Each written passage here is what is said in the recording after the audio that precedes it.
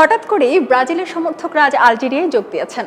হু হু করে কয়েক কোটি বেড়ে গেছে আলজেরিয়ার সমর্থক। এর কারণ কি? এর কারণ কাল বাংলাদেশ সময় সকাল 7টায় হবে আর্জেন্টিনা ও আলজেরিয়ার ম্যাচ।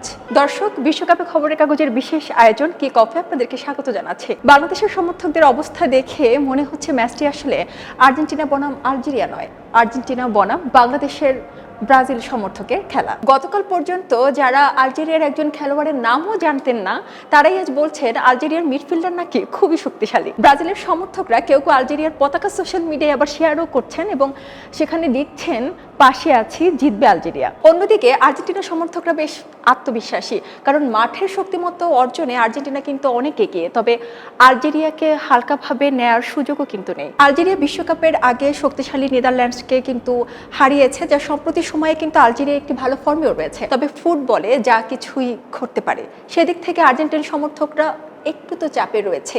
বিশ্বকাপে ছোট দলগুলো অনেক সময় বড় চমক দেখায়, আর সে আশাতে বুক বেঁধে বসে আছে ব্রাজিল সমর্থকরা। তবে এটা নিশ্চিত, কাল ম্যাচ শেষ হওয়ার সঙ্গে সঙ্গে ছদ্মবেশী আলজেরিয়ার সমর্থকরা আবার ব্রাজিলের জার্সিতে ফেরত যাবেন। কাল আর্জেন্টিনা ভালো পারফর্ম করলে ব্রাজিল সমর্থকরা খুব রহস্যজনকভাবে নীরব হয়ে যাবেন, কিন্তু আর্জেন্টিনা যদি হোঁচট খেয়ে পড়ে তবে দেখা যাবে সোশ্যাল মিডিয়ায় তাদের উৎসব ও ট্রোলের বন্যা। এই সবকিছুই কিন্তু বিশ্বকাপের সমর্থকদের হাসি ঠাট্টার অংশ। এভাবে চলতে থাকুক ফুটবল বিশ্বকাপ যুদ্ধ। খবরের কাগজ, নিখাত, নির্ভীক, নিরপেক্ষ।